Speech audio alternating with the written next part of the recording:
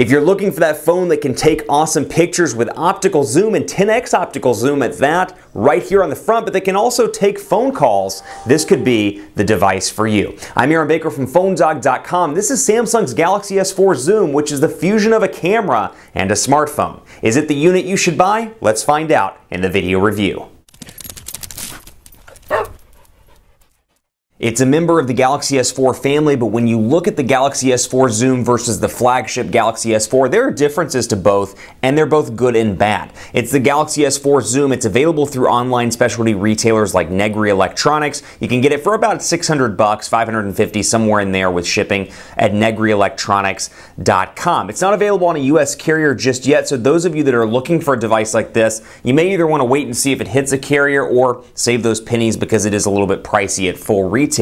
That said, specs-wise, it could be something that a lot of people like. If you loved the Galaxy camera, but you were like, man, this thing has Android abilities, but I can't make phone calls on it, it's the unit for you because it takes the best of the Galaxy camera, improves it, and then takes the Galaxy S4 Mini-ish body for phone calls and brings the two together. Specs-wise, you're looking at a 1.5 gigahertz dual-core Cortex A9 CPU here, a 4.3-inch QHD display, 540 by 960 pixels, and 256 ppi. So this is not going to be an HD display. It's not going to be the most amazing display you've ever seen. And when you look at devices that are on the market or coming soon, like the HTC One Mini, for example, it's got an HD display, a 720p HD display. Compare it to the iPhone 5, which has an incredibly high PPI count.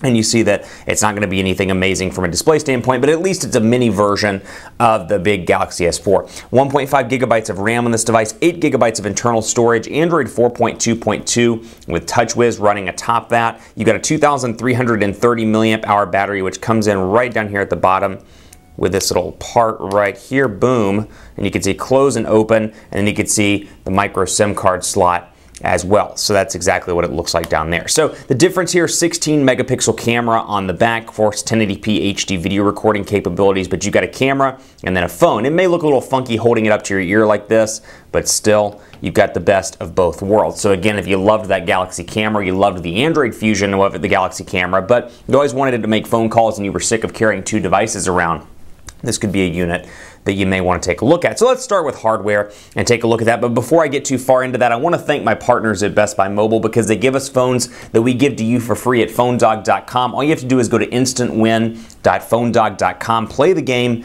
and you have an entry to win that smartphone. When you walk into Best Buy Mobile, you'll walk out working. So they don't have this device, but if you walk in to get, let's say, a Galaxy S4 or an HTC One, you'll walk out the door with all your settings set up thanks to their walkout working program, which is exclusively at Best Buy Mobile. Now, we'll take a look at the hardware here, and from a design language perspective, it looks just like the Galaxy S4 from a front. You can see the front-facing camera here. The downside is it does not have a notification light, something I pointed out on the Galaxy S4 Mini, and it's true here as well.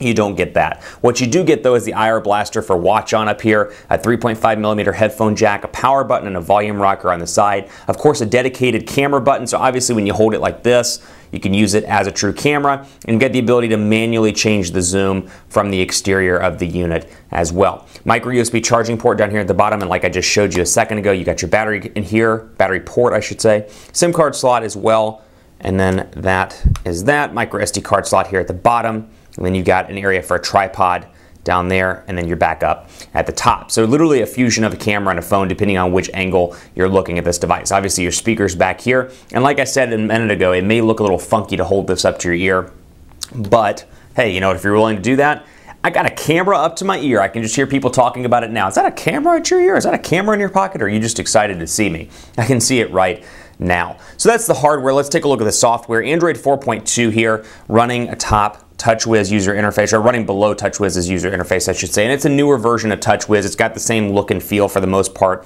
as the flagship Galaxy S4. You have the ability to change around your shortcuts up here and make that as you want to make it. So, for example, airplane mode, very important to me because I'm traveling all the time. I can bring it right there. And now airplane mode is right there in the top. Let's go ahead and crank up that brightness here so we can see the display. But you got all your shortcuts up here, and then we'll go ahead to menu and take a look, and it's still tabbed out by connections, my device, accounts, and more. And then from there you can see minor changes because this is a global device as opposed to a device in the US. And you've got Wi-Fi, Bluetooth, all the typical stuff, but you'll notice the toggles are a little bit different here.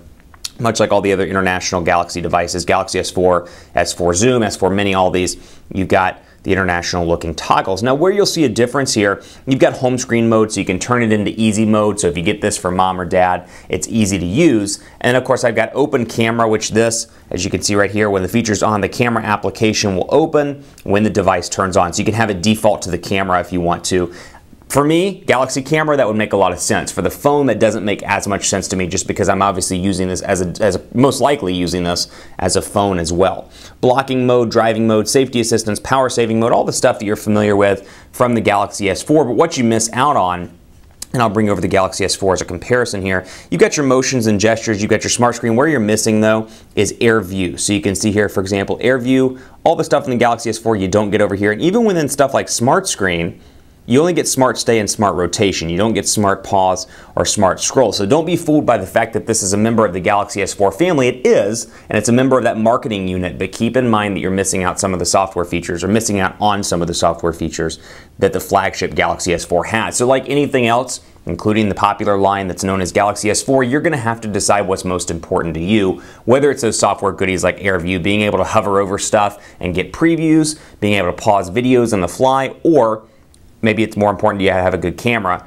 in which case you got the ability to manually zoom from the exterior. You've got a 16 megapixel camera on the back of this device. So decide and make a decision from there. So basically software other than that, very similar. 7 home screens here.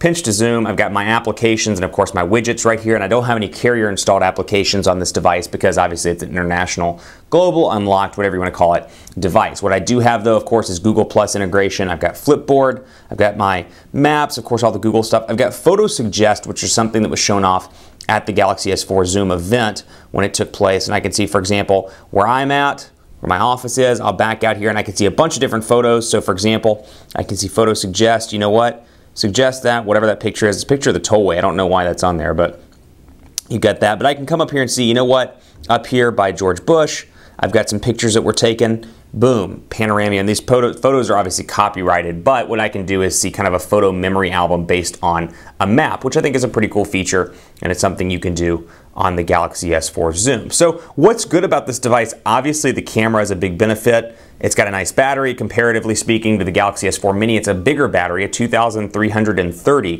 milliamp hour battery. So bigger than the Galaxy S3, slightly smaller than the Galaxy S4, but it fits in nicely considering what you're probably going to be doing is taking pictures with this unit. So I can come in here, activate the lens, and it brings me right into the camera mode, which we'll talk about in part 2. Stay tuned for part 2. We'll talk about the camera, we'll talk about what's bad, we'll do some speed tests, and we'll give you the verdict as to whether you should buy this or not. Stick around for part 2 on PhoneDog.com.